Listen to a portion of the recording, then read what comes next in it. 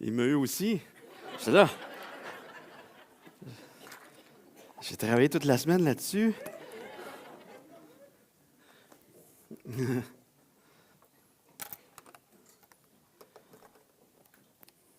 Alors, bonjour à tous. Je suis en train de lire un livre qui est vraiment difficile à lire, c'est ainsi. C'est écrit par une urgentologue qui travaille à l'urgence, donc dans un hôpital aux États-Unis. Et c'est les descriptions de qu'est-ce qu'elle apporte, tu goûtes le sang en lisant là. C'est assez terrible. Mais l'objectif, c'est de m'amener à comprendre un peu plus ce que les gens qui vivent une situation extrême de deuil très difficile peuvent vivre et les différents traumatismes aussi. Et justement, cette urgentologue-là a écrit qu'elle a vécu une journée vraiment difficile. Bien, ça a été plein de journées difficiles, mais une journée particulièrement difficile. La journée a commencé avec un jeune homme de 22 ans qui est arrivé en ambulance, qui avait été battu, laissé pour mort par quelqu'un avec une batte de baseball. Et là, pendant qu'ils sont en train d'essayer de lui sauver la vie, pendant ce temps-là, puis ça va pas bien, là, tu entends le moniteur cardiaque et tout ça, une autre ambulance arrive avec un adolescent qui est blessé par balle, une balle à la poitrine.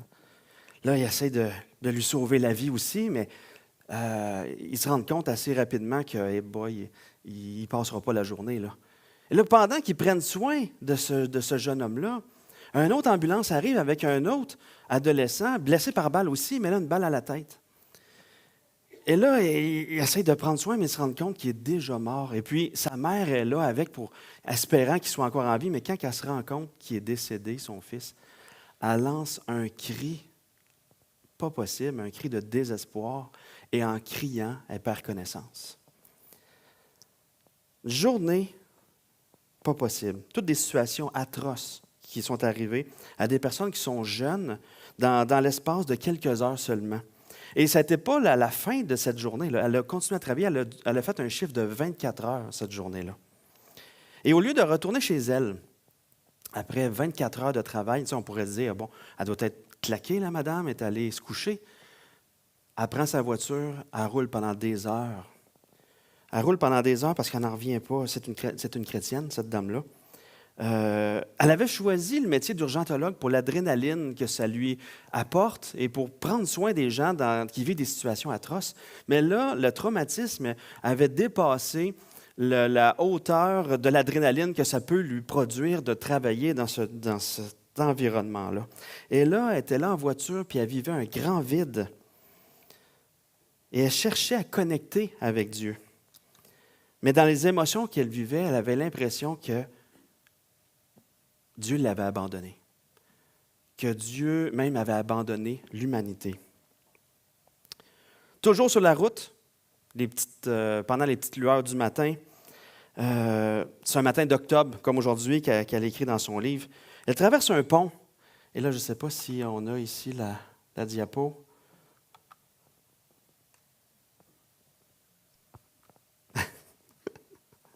Moi, il est ici, mais je ne l'ai pas là. Oh, on l'a. Super, merci. Donc, elle traverse un pont, puis elle voit une rivière comme ça avec les belles couleurs des feuilles d'automne, avec le ciel, avec la rivière. Le soleil est en train de se lever pendant ce temps-là. Et elle s'arrête, puis elle se dit, là, je vais me servir de ça pour connecter avec Dieu, pour louer Dieu. Donc, elle s'est arrêtée sur le pont, mais dès qu'elle se fermait les yeux, tout ce qu'elle voyait, c'était le sang sur ses gants. Tout ce qu'elle entendait, c'était le moniteur cardiaque qui s'arrêtait. Tout ce qu'elle elle voyait la terreur dans les yeux des gens qui souffraient. Elle entendait encore le cri de la maman qui avait perdu son fils. Elle aurait aimé louer Dieu. Elle aurait aimé être capable de dire des paroles à Dieu pour l'adorer au travers du beau qu'elle voyait. Mais au lieu de louer, il n'y avait rien qui sortait. Tout ce qui sortait, c'est ces émotions-là de voyons donc, des gens ont vu la vie comme étant sans valeur. des gens ont enlevé la vie à des personnes comme si ces personnes-là n'avaient aucune valeur. Et là, elle reste accrochée à ça et ça tourne dans sa tête. Et là, elle se met à dire,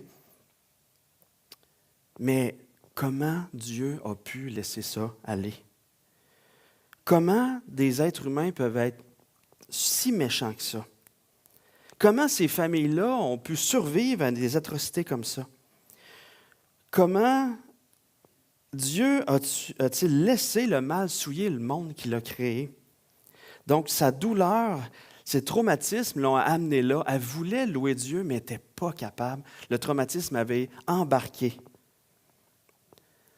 par-dessus sa raison, par-dessus la réalité que Dieu est là. Donc, c'est difficile, hein, entendre ce que je viens de dire là. C'est difficile. Ça vient nous ébranler, ça vient nous chercher parce qu'on vit tous des traumatismes.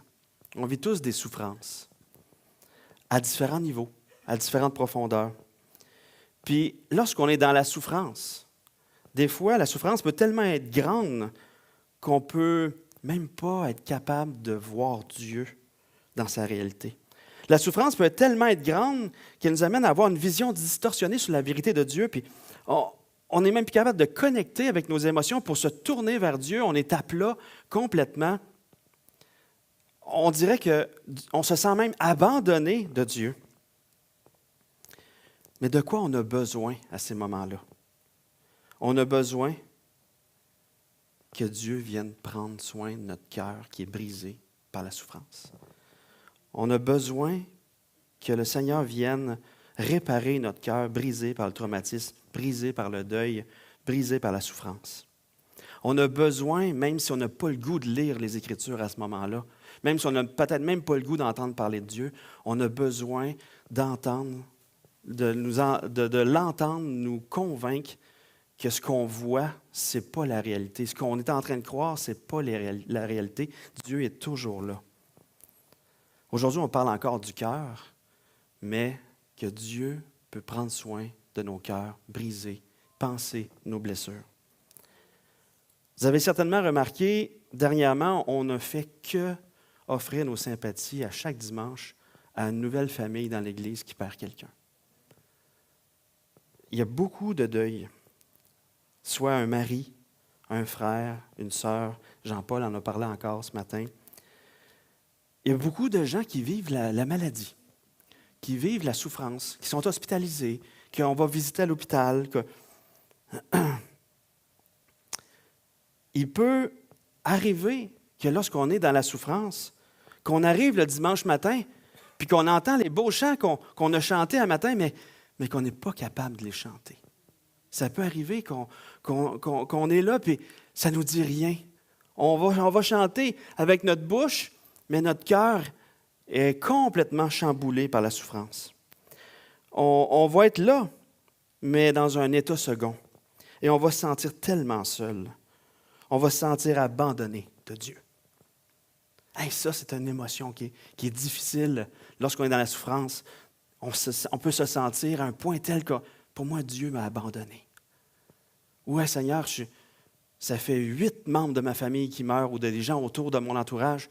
Hey, là, je peux-tu prendre un break? Je peux-tu prendre un break? On peut se sentir seul. Et peu importe ce que tu vis aujourd'hui, aussi difficile que ça puisse être, que ce soit la maladie, que ce soit le deuil, que ce soit la perte d'un emploi, une injustice au travail, des moqueries, du harcèlement, une pression sociale.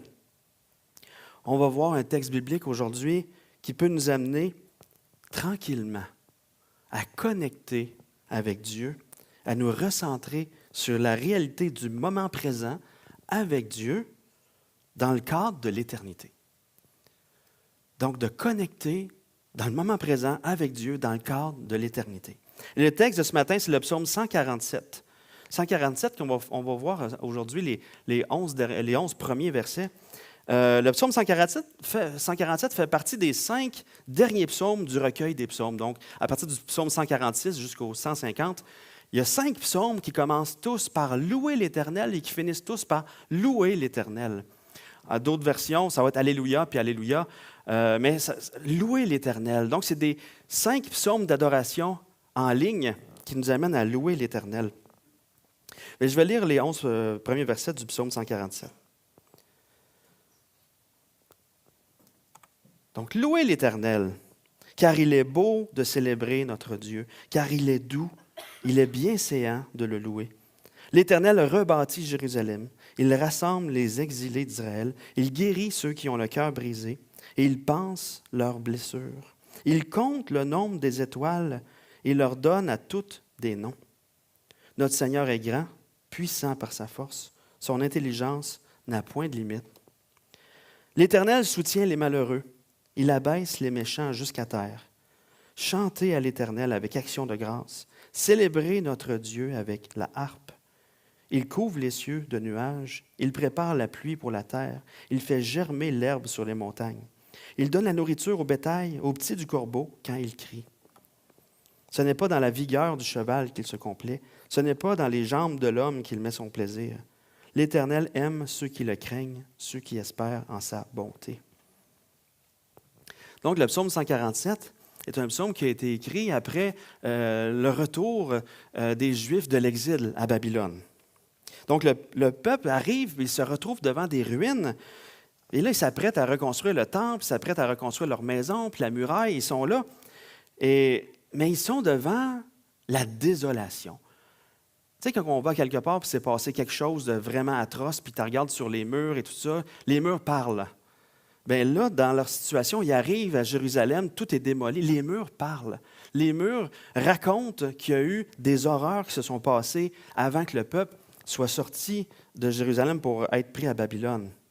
Donc, ceux qui revenaient de l'exil avaient soit eux-mêmes vécu les atrocités reliées à la déportation, et ils avaient survécu à ça, ou d'autres que c'était leurs parents ou leurs grands-parents qui avaient raconté ce qu'ils ont vécu.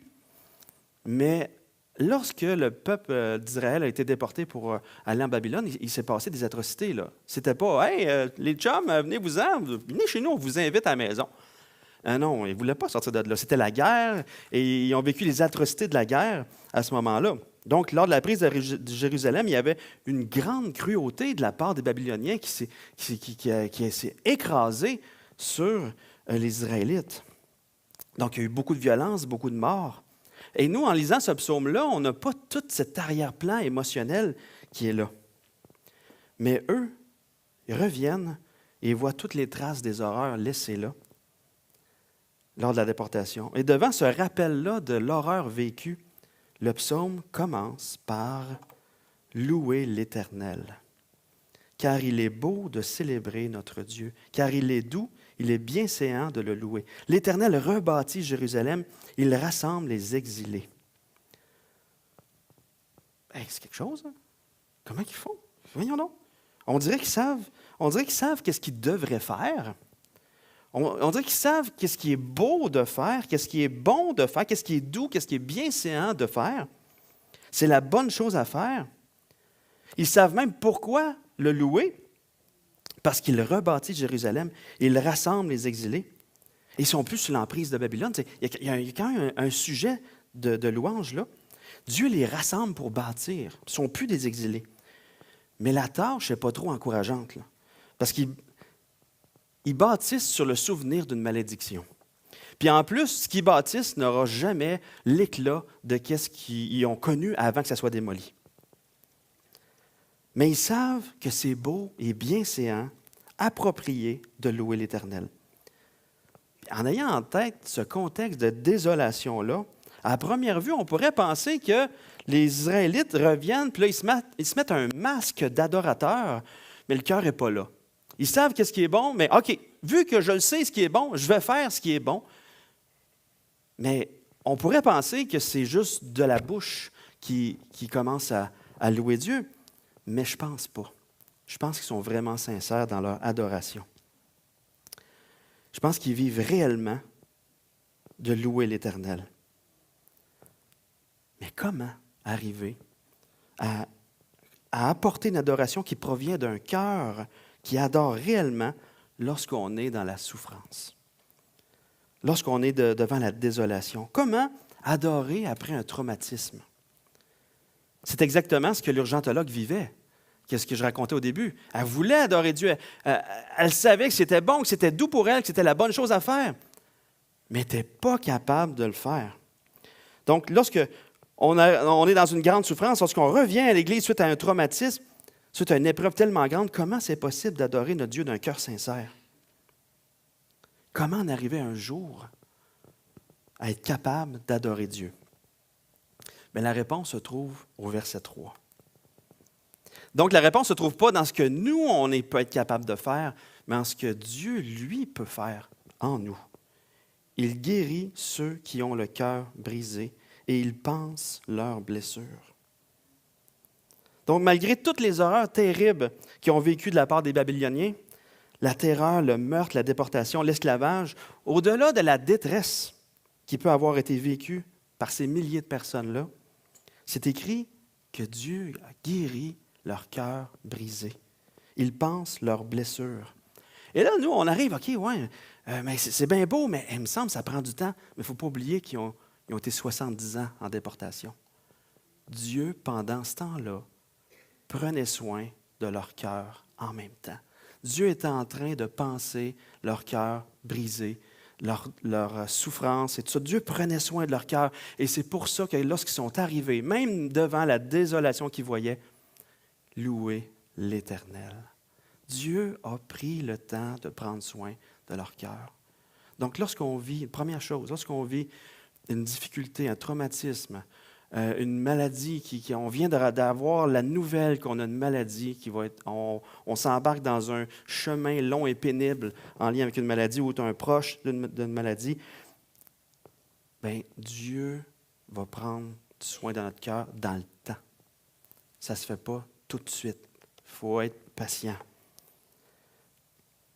Mais Dieu l'a fait. Dieu les a amenés là. Dieu les a amenés à être capables d'adorer malgré tout ce qu'ils ont vécu.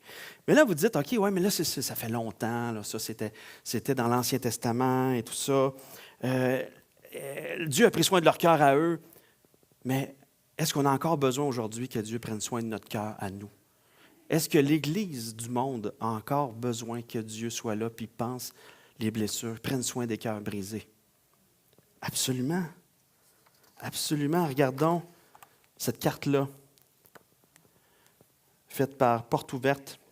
C'est une carte qui a été dessinée en 2025 qui démontre les pays où l'Église est la plus persécutée dans le monde. Donc, le numéro 1, c'est la Corée du Nord, qui est en haut, sur votre côté, à droite. Donc, la Corée du Nord, c'est le numéro 1. Le petit point rouge à l'extrême, en haut, à droite, c'est la Corée du Nord qui est là. Donc, on voit qu'il y a beaucoup de pays qui vivent la persécution dans le monde. Hein? Donc, il y a des milliers de chrétiens à chaque jour qui sont persécutés. Et j'ai un ami qui revient justement d'un voyage en Chine et il a posté sur Facebook ses observations parce qu'il allait là pour voir les chrétiens là-bas. Et puis, il a rapporté plein de situations de pasteurs emprisonnés à cause de leur foi, à cause de l'Évangile. Et plusieurs parmi eux, leurs familles ne savent même pas dans quelle prison ils sont. Fait qu'ils ne peuvent même pas aller les visiter. Donc, c'est atroce. Et en Corée du Nord, il y a une femme qui racontait que son mari a été emprisonné à cause de sa foi, puis à un moment donné, elle a pu aller le visiter. Puis quand elle est allée devant lui, elle ne l'a même pas reconnu tellement qu'il avait été torturé. C'est atroce. Est-ce qu'on a encore besoin que Dieu vienne guérir les cœurs? Nous, dans notre pays, regardez, c'est blanc encore. Selon la carte, c'est blanc, blanc, blanc. Mais aujourd'hui, dans notre culture du Québec, si tu crois juste à la vision biblique du mariage, c'est-à-dire que le mariage est exclusivement entre un homme et une femme, bien ça, là, c'est vu comme étant aussi pire que du racisme. Culturellement, c'est quelque chose, là. Je pense à nos jeunes dans les écoles qui vivent constamment dans un environnement qui peut les voir comme hostiles à la culture générale. Bon, on est tous dans cet environnement-là présentement. Les chrétiens de Chine, les chrétiens de Corée, plein d'autres pays où il y a la persécution, peuvent se sentir comme des exilés dans leur propre pays. Et on peut se sentir comme des exilés dans notre culture aussi, à cause de notre foi. Avec tout ce que je viens de dire, on voit quand même que Dieu dit dans sa parole qu'il ramène les exilés, il guérit les cœurs brisés et il panse leurs blessures. Mais en entendant tout ça un matin, vous dites, boy, c'est rough, je savais que c'était rough un matin, là, de vous apporter ça. C'est ça, hein? Ça ne filait pas un matin non plus. Mais je savais que le Seigneur, il y a tellement de souffrance, le Seigneur est là, au travers de ça. Mais en entendant tout ça, en voyant cette carte-là, en entendant toutes les souffrances qu'il peut y avoir, les différents deuils, les maladies, comment on peut faire pour harmoniser cette souffrance-là, la souffrance du peuple de Dieu dans le monde, notre propre souffrance, avec le fait que Dieu est au contrôle? Parce que depuis le début, hein, pour les chrétiens, depuis le premier siècle, là, depuis le premier jour de l'Église, il y a une persécution qui se passe. Et il y a une persécution qui va se poursuivre jusqu'au retour du Seigneur. Ayant en tête cette souffrance-là, comment on peut faire confiance que Dieu peut guérir notre cœur brisé et panser nos blessures? On pourrait dire, oui, mais il y a tellement de souffrance, je ne fais pas confiance à Dieu. Dans ma souffrance, comment je peux croire que je ne suis pas abandonné de Dieu? Parce que dans des moments de souffrance intense, on peut vraiment le croire. Comment je peux faire pour croire que Dieu peut marcher avec moi dans cette vallée de l'ombre de la mort aujourd'hui? Bien, l'auteur du psaume nous amène à lever les yeux vers les étoiles. Il compte le nombre des étoiles et leur donne à toutes des noms. Notre Seigneur est grand, puissant par sa force. Son intelligence n'a point de limite. Mais comment le fait que Dieu compte les étoiles puis qu'il leur tous leurs noms peut m'aider dans ma souffrance? J'en ai rien à faire, là. Les étoiles, voyons donc, c'est quoi cette histoire-là? La réponse est lorsque je me sens comme un exilé, que je me sens seul, abandonné de Dieu, que ce soit un exilé par rapport à ma culture, que ce soit un exilé dans mon travail parce que je ne pense pas comme les autres, ou par rapport à la maladie que je vis, que je me sens seul, que je me sens ignoré de Dieu dans ma souffrance. Le fait que je réalise qu'un jour, Dieu a créé toutes les étoiles et qu'il les connaît, il connaît le nombre exact des étoiles et il les connaît toutes par leur nom. Même la petite planète, la petite étoile qui est dans le coin de l'univers, qu'on ne saura jamais qu'elle existe, nous autres, qu'on ne la verra jamais, qu'on n'a aucune espèce d'idée qu'elle est là, elle est dans le silence, puis elle tourne sur elle-même depuis des milliers d'années, depuis le jour de la création. Bien, celle-là, Dieu la connaît, puis il connaît son nom. Il sait où elle se trouve. Juste pour le fun, combien il y a d'étoiles dans l'univers? On pourrait penser que c'est à l'infini. Oui, on peut le croire aussi que c'est à l'infini. Les scientifiques ont essayé de déterminer le nombre d'étoiles en utilisant une image comme ça que le télescope Hubble a envoyé comme image. Puis avec toutes les petites lueurs qu'il y a là, que le télescope voit, les scientifiques ont estimé que l'univers contiendrait 2 trillions de galaxies. Et chacune de ces galaxies contiendrait 200 milliards d'étoiles. Ça, c'est juste si ce que le télescope voit, c'est tout l'univers. On sait que le télescope voit beaucoup plus loin que ça. L'univers est encore bien plus grand que ce que le télescope peut nous apporter comme image. Mais quand même, juste qu'est-ce qu'il voit, il estime le chiffre qui est innommable, c'est 1 suivi de 24 zéros. Ça en fait, là, c'est des centaines de milliards de millions de millions de milliards. C'est plus que 1000 milliards de 1000 sabords. C'est plus que ça. Donc, le nombre des étoiles est incalculable pour nous. Et Dieu les connaît toutes par leur nom. Toutes par leur nom. Il sait exactement où est-ce qu'ils se trouvent. Donc, si Dieu connaît toutes les étoiles par leur nom, et qu'il peut toutes les retracer, il connaît tous les exilés par leur nom, toutes les personnes qui se sentent même abandonnées, rejetées de Dieu. Il les connaît toutes par leur nom. Il peut toutes les retracer, il peut toutes les rapatrier, il peut toutes guérir leur cœur brisé. Dieu est en train de nous dire, je ne t'ai pas perdu. Je ne t'ai pas perdu. Comme je n'ai pas perdu l'étoile que tu ne connaîtras jamais son existence, je ne t'ai pas perdu. Même dans le plus profond de ta souffrance, je ne t'ai pas perdu. Je t'ai retracé. Oui, mais c'est bien beau tout ça. Les planètes, les étoiles, les galaxies, la grandeur de l'univers. Mais moi, je suis une petite créature sur une petite planète. Tu sais, on pourrait dire, c'est bien beau à la tête des nuages, mais moi, j'ai 2 pieds dans la boîte, là, tu sais. Est-ce que Dieu va réellement se soucier de la souffrance d'une petite créature comme moi? Bien, on va sauter le verset 6 pour l'instant, mais on va regarder les versets 7 à 9. Je reviens au verset 6 tantôt. Chantez à l'Éternel avec action de grâce, célébrez notre Dieu avec la harpe. Il couvre les cieux de nuages, il prépare la pluie pour la terre, il fait germer l'herbe sur les montagnes, et il donne la nourriture au bétail, aux petits du corbeau quand il crie. Hey, Dieu pourvoit à tout. Il pourvoit à l'herbe pour le bétail. Il pourvoit à tout pour nourrir le bébé corbeau qui crie. Pour nous, un bébé corbeau, c'est sûr, bon, c'est un animal charognard, mais pour l'Israélite, à l'époque, c'était un animal impur, un animal qu'on ne se soucie pas. Là, c'est un animal de mort, quasiment. Là, fait que c'est un animal impur qu'on n'a pas à se soucier. Puis là, Dieu est en train de dire, « Hey, je me soucie même du bébé corbeau. » Puis on s'entend que le bébé corbeau, c'est pas beau. On pourrait appeler ça un bébé corps. On pourrait enlever le beau. Puis en plus, le bébé corbeau est fatigant. Vous pourrez faire des recherches là-dessus. Ils sont une gang, mais ils se tiennent tous sur le côté comme ça, puis ils crient. Tant que la maman n'arrive pas pour les nourrir. Il tape ses nerfs en plus d'être pas beau.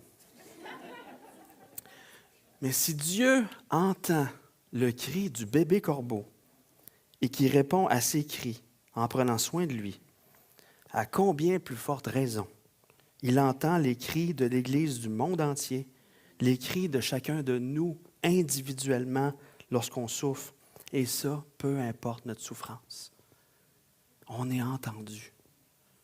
Même si dans le creux, la grosse creux de notre souffrance, on ne le sent pas, on est entendu. Dans notre souffrance, dans notre détresse, à première vue, on pourrait dire, « Ouais, mais au travers de tout ça, on dirait que c'est quand même la maladie qui gagne. On dirait que c'est quand même la mort qui gagne. On dirait quand même que c'est le méchant qui gagne. On dirait quand même que c'est la mort qui gagne. » Bien, on va lire le verset 6. « L'Éternel soutient les malheureux, il abaisse les méchants jusqu'à terre. » Donc, Dieu a créé tout l'univers avec des lois physiques qui soutiennent, des lois physiques qui sont respectées à la lettre, qu'on ne peut pas passer à côté de ces lois physiques-là. Même si on voudrait, j'ai-tu le temps? Même si on voudrait, savez-vous c'est quoi la différence entre quelqu'un qui tombe en bas du premier étage et quelqu'un qui tombe en bas du 10e étage? Celui qui tombe en bas du 10e, c'est « Ah! » Celui qui tombe en bas du premier, c'est « Ah! » Ça, c'est la loi de la gravité. Fait qu'on ne peut pas passer à côté de la loi de la gravité. Petite parenthèse ici. Donc, Dieu a créé l'univers avec toutes les lois qu'on ne peut pas passer à côté. Mais Dieu n'est pas juste un être intelligent qui soutient toutes les lois de la physique et tout ça. Il est aussi un Dieu qui possède d'autres attributs parfaits, comme l'amour parfait, la grâce parfaite, la justice parfaite. Et même si le méchant, la maladie, la mort, le péché semblent triompher dans notre monde déchu, la justice parfaite de Dieu va s'accomplir. Au-delà des lois physiques, il existe une loi morale qui est aussi vraie que la loi de la gravité, comme on vient de voir. La loi morale de Dieu existe et elle s'accomplit. Et il n'y a rien qui passe à côté de la même manière que la loi de la gravité. Et dans Luc 18, versets 6 à 8, c'est écrit, c'est la parabole du juge inique là, qui ne veut pas faire justice, mais finalement il fait justice à la pauvre veuve. Il dit, le Seigneur ajouta, « Entendez ce que dit le juge inique. Et Dieu ne fera-t-il pas justice à ses élus qui crient à lui jour et nuit? Et tardera-t-il à leur égard? Je vous le dis, il leur fera promptement justice. » Donc Jésus a vaincu la mort en ressuscitant. En ressuscitant, ça nous garantit que nous aussi, on va ressusciter. Que même si on meurt, on va vivre. avec un nouveau corps aussi. Donc Jésus a vaincu la mort. Jésus a vaincu le péché aussi en devenant péché pour nous, pour que le péché n'ait plus d'effet sur nous, pour nous condamner. Jésus entend les cris de ses enfants. Sa justice va se révéler un jour. Sa colère va s'enflammer contre le pécheur qui ne se sera pas repenti, qui va avoir méprisé sa grâce, méprisé son œuvre sur la croix. Si dans notre souffrance, on sent exilé de notre culture, on sent exilé de notre propre pays, ou bien certains d'entre nous ici, ils viennent d'un autre pays parce qu'ils ont vécu des difficultés, sont exilés de leur pays et qui viennent s'installer ici. Vous êtes des exilés. Sachons que Jésus s'est exilé du ciel pour venir nous chercher, pour nous sauver. Il s'est exilé du ciel pour rapatrier ses exilés. Si dans notre souffrance, on se sent abandonné de Jésus, sachons que sur la croix, Jésus a été littéralement abandonné de son Père pour nous réconcilier avec lui. Jésus a été abandonné pour que nous, on ne soit jamais, jamais abandonnés, même si on peut se sentir abandonné dans notre souffrance. Mais aujourd'hui, ce que je vis, la souffrance et tout ça, qu'est-ce que je dois faire? C'est quoi les différentes étapes que je dois faire pour être capable d'adorer à nouveau? Bien, lisons les versets 10 et 11. Ce n'est pas dans la vigueur du cheval qu'il se complaît. Ce n'est pas dans les jambes de l'homme qu'il met son plaisir. L'Éternel aime ceux qui le craignent, ceux qui espèrent en sa bonté.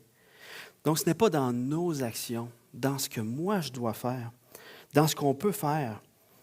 On ne peut pas se confier dans nos propres forces quand on est là, dans la souffrance.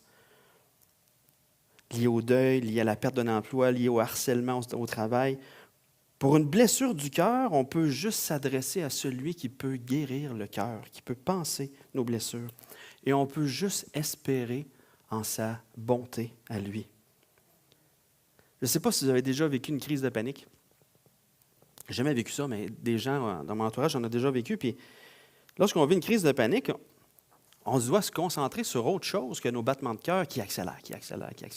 Parce que si tu mets de l'accent sur tes battements de cœur, bien, ça va accélérer puis ça va juste entretenir ta panique. Fait que tu essaies de susciter d'autres sens, comme l'odorat, la vue, l'ouïe, pour essayer de défocuser notre focus, justement, défocuser notre focus sur nos battements de cœur. Donc, pour ceux qui ont déjà vécu ça, vous avez certainement entendu un truc comme ça, c'est pour essayer de connecter avec le moment présent. Tu sais. Mais dans notre souffrance, dans notre deuil, dans notre désespoir, l'objet de notre peine peut tellement être grand qu'on peut perdre de vue la réalité que Dieu est au contrôle. On peut faire comme le psaume. On peut regarder le ciel, les étoiles. On peut regarder la création de Dieu. Puis on va se rendre compte que, attends un peu, la terre tourne encore. Ça veut dire que Dieu soutient encore toutes choses. Et les saisons avancent. Toutes les choses sont encore en place. Regardons les animaux qui se préparent, les écureuils qui ramassent des noix, tout ça, qui les cachent, puis les autres qui se préparent à hiverner, d'autres qui mangent, les ours qui mangent, puis qui s'engraissent pour hiberner. Dieu pourvoit encore à ces animaux-là. Dieu est là. On peut juste regarder la réalité physique que Dieu soutient toutes choses. Et Dieu soutient toutes choses par sa parole. Et enlève Dieu de l'équation, on se désintègre tout. Hein? Donc, si Dieu est au contrôle encore de toutes ces lois physiques qu'il soutient encore par sa parole, on peut savoir que Dieu contrôle aussi sa loi morale et qu'un jour, dans l'éternité, tout va être rétabli. Mais en attendant, espérons en sa bonté pour nous soutenir dans notre souffrance. C'est tout ce qu'on peut faire. Mais soyons patients avec nous-mêmes. Lorsqu'on est dans la souffrance, qu'on ne voit pas le bout, soyons patients parce que ça prend du temps. C'est dans le temps. Hein?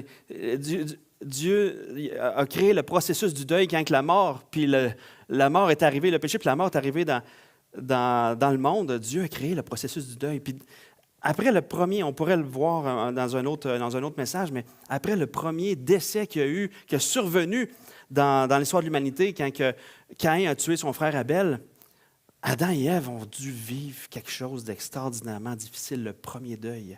Et on voit que Dieu a pris soin de leur cœur, parce qu'il les a amenés à être capables d'aimer encore, de s'aimer encore, de prendre soin l'un de l'autre et d'avoir un autre enfant qu'ils ont appelé Seth.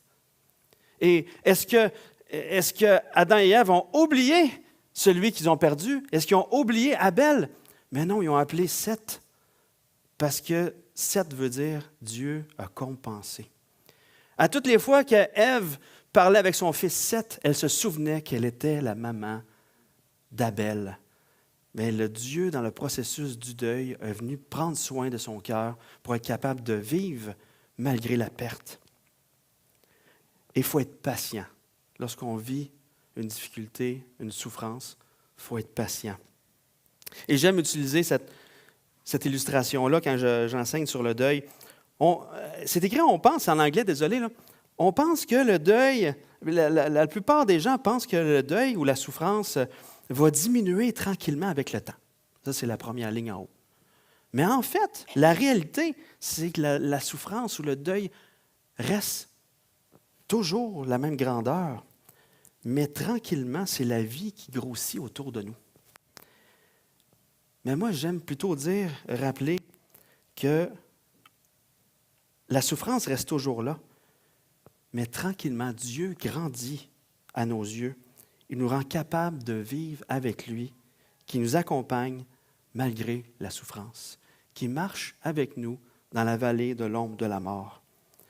Et tranquillement, notre souffrance est de moins en moins grande dans le monde que Dieu est en train d'agrandir autour de nous par sa présence. Donc Dieu peut nous amener à connecter avec lui, à nous recentrer sur la réalité du moment présent, avec lui, dans le cadre de l'éternité. On peut espérer en sa bonté pour nous amener à le vivre tranquillement, mais soyons patients. Ça prend du temps.